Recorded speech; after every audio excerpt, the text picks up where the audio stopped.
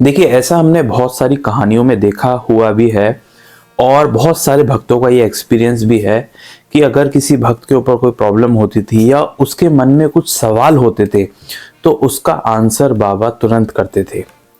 और बहुत सारी कहानियों से हमें जानने को मिलता है कि या तो बाबा उसके विचारों को परिवर्तित कर देते थे, दूसरा ऑप्शन होता था बाबा फिजिकल रूप में ही उसके सामने जाते थे और उसकी जो समस्या है उसका हल, उसका सॉल्यूशन उसे बता देते थे। कई ऐसे अवसरों पर हमें ऐसा जानने को मिलता है कि बाबा फ्यूचर में होने वाली प्रॉब्लम्स के बारे में भी हिंट दे दिया करते थे। जैसे कि एक जो महिला भक्त थी बाबा की, वो अपने बच्चे को लेकर ट्रेन में आ रही थी और उस बच्चे की हालत बहुत ही खराब थी और डॉक्टर्स ने उसे शिरडी जाने से या ट्रेन की सवारी करने से मना किया था। लेकिन वो महिला बिना कुछ समझे वो शिरडी आ रही थी और रास्ते में उनके बच्चे की तबीयत बहुत खराब हो गई। ये सोचकर कि अब बच्चे की तबीयत खराब है और कुछ प्रॉब्लम बढ़ गई तो फिर लोग मुझ पर हंसेंगे। और जब वो द्वारका माई पहुंची तो बच्चा एकदम ठीक हो गया पहुंचते ही, और बाबा ने उनसे बोला कि अब लोग तुम पर नहीं हंसेंगे।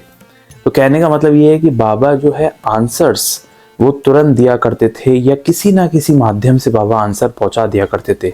अब जैसे कि साठे साहब जिनकी पेंशन जो थी वो एक जो अमाउंट उन्हें चाहिए था पेंशन के रूप में वो नहीं मिल रहा था, तो उन्होंने बाबा का ध्यान किया और उनसे विनती की।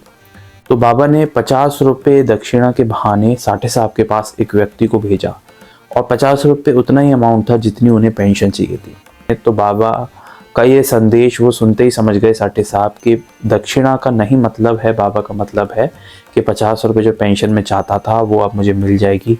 और ठीक उसी दिन उनके पास ऑर्डर भी आ गए।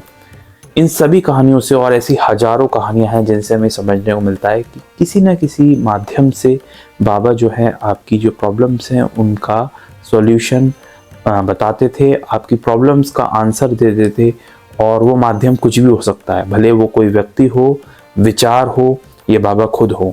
तो कई वेज थे बाबा के और आज भी कई भक्तों को जो उनकी प्रॉब्लम के सॉल्यूशन हैं वो मिलते आते हैं।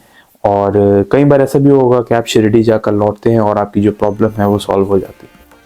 तो बस हमें फेथ, श्रद्धा और सबूरी यानी कि पेशेंस बनाए रखना चाहिए, क्योंकि जिसका वक्त जब आता है बाबा उसको सही तरीके से उत्तर जरूर देते हैं। उम्मीद है आपको ये एक बात जान के अच्छा लगा होगा, क्योंकि ऐसी ढेर सारी कहानियां, हिस्ट्री का सोर्स हमारे पास अवेलेबल है जिस पर हम रिलाय करके ये कह सकते हैं कि बाबा अपने भक्तों की जो क्वेश्चंस हैं, जो प्रॉब्लम्स हैं, उनको कभी भी अनसुना नहीं जाने देते। मिलेंगे एक नेक्स्ट वीडियो में एक नेक्स्ट सीख के साथ, एक नई कहानी के साथ। तब तक के लिए ओम साई राम।